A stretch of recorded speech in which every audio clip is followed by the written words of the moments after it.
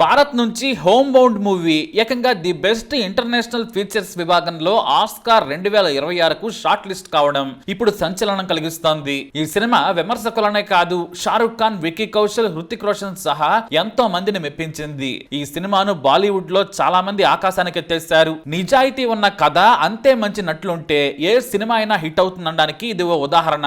Home bound అనే పేరు ఉత్తరాదిన చాలా మందికి నచ్చలేదు, సరిగా ఎక్కలేదు కూడా. కానీ సినిమా చూశాక అందరూ వావ్ అనేశారు. హోమ్ బౌండ్ అంటే ఇంటికి తిరిగి రావడం అని అర్థం. పేరులోనే కథ ఉంది. ఇది ఇద్దరు స్నేహితుల కథ.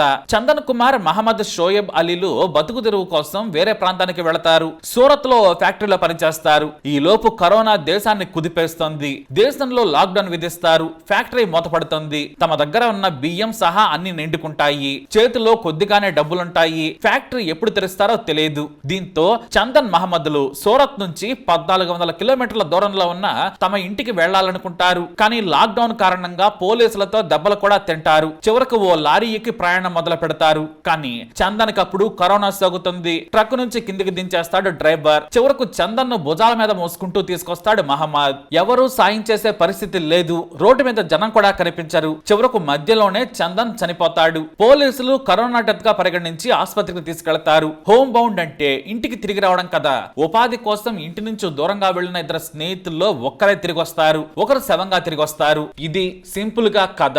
అయితే చందన్ డెత్ సర్టిఫికెట్ ను క్లైమాక్స్ లో చూపిస్తాడు దర్శకుడు. అందులో మృతుడు చందన్ కులం ఎస్సీగా టిక్ చేసి ఉంటుంది. వాస్తవానికి ఎస్సీ అనే పదం చందన్ కు నచ్చదు. దళితుడనే కారణంతో అతను ఎన్నో అవమానాలు ఎదుర్కొంటాడు. ఇటు ముస్లిం అయిన మహమ్మద్ పరిస్థితి అంతే ఉంటుంది. ఇద్దరు పోలీస్ కానిస్టేబుల్స్ ఉద్యోగం సంపాదించాలనుకుంటారు. ఎందుకంటే ఒంటిపై కాకి చొక్కా ఉంటే ఎవరూ అవమానించరు. ఆ ధైర్యం కూడా చేయరనేది వారి నమ్మకం. ఇద్దరు కష్టపడతారు, పరీక్షలు రాస్తారు. కానీ ప్రభుత్వ ఉద్యోగానికి ఫలితాలు ఆలస్యం అవుతాయి. కోర్టుల్లో కేసుందంటారు. ఫలితాల గురించి తెలుసుకునేందుకు చందన్ ప్రభుత్వ ఆఫీసుకి వెళతాడు. అక్కడ చందన్ ను చూసి నువ్వు దళితుడివి కదా అన్నట్లుగా చులకనగా మాట్లాడుతాడు. తాను అప్పర్ కాస్ట్ అని చెప్పడంతో చందన్ ను కూర్చోమంటాడు అధికారి. అందుకే తనకు దళితుడు అనే మాట నచ్చదు. ఇటు మహమ్మద్ పరిస్థితి అలాగే ఉంటుంది. ఇంట్లో తండ్రికి అనారోగ్యం, సంపాదన లేదు. ఓ ప్రైవేట్ కంపెనీలో ఉద్యోగంలో చేరుతాడు. డిగ్రీ లేకున్నా కూడా ప్యూన్ గా ఆఫీసులో టీలు, కాఫీలు అందిస్తూనే తన టాలెంట్ తో సేల్స్ విభాగంలోకి ప్రమోషన్ సంపాదిస్తాడు. కానీ ఓ క్రికెట్ మ్యాచ్ అతని జీవితాన్ని మార్చేస్తుంది.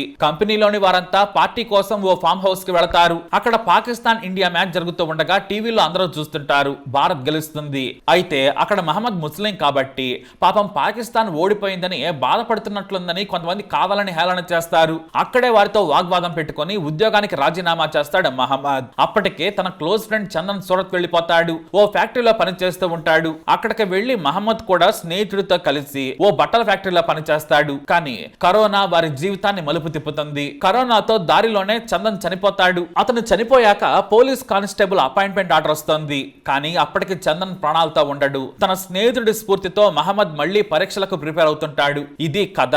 ఇందులో విశాల్ జత్వా, ఇషాన్ కట్టర్లు యాక్టింగ్ ఎరగదీసేశారు. ఇక సుధ పాత్రలో జాన్వీ కపూర్ ఇప్పటి వరకు చేయనంత బాగా చేసింది. చందన్ ప్రియురాలుగా కనిపించింది. చందన్ ను డిగ్రీ చదవమని ప్రోత్సహిస్తుంది.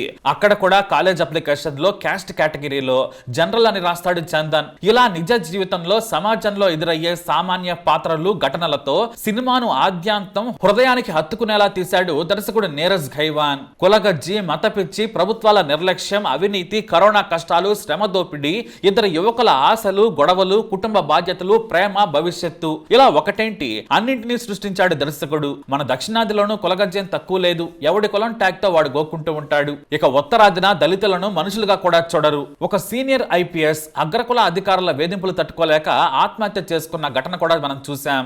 అది నిజం కూడా.